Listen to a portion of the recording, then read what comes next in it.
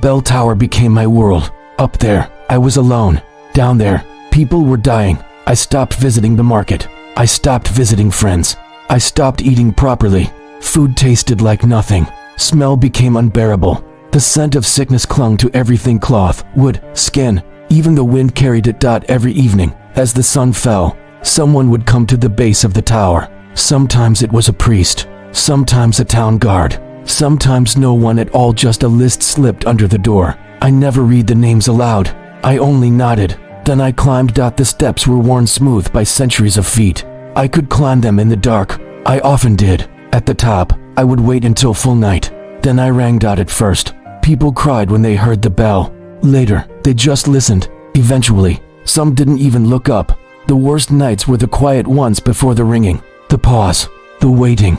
Knowing that once the sound began, another life was finished. Knowing that tomorrow, another house would be empty. I began to recognize patterns. The bell sounded different on windy nights.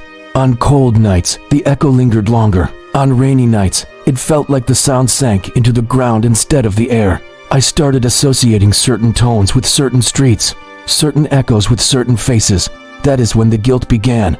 I would ring the bell and think, was it my sound that finished them? As if the act of ringing made death real. As if silence could have saved them. One night, I rang the bell for a man I had spoken to that very morning. He had joked about the weather, asked me if the bell ever made my arm sore. I laughed. That night, his name was on the list. After that, I stopped laughing. The bell became my punishment and my duty. I rang it with numb hands and an empty mind. Some nights, I forgot how many times I had already pulled the rope. I would stop, count the echoes fading into the distance, then ring again just to be sure.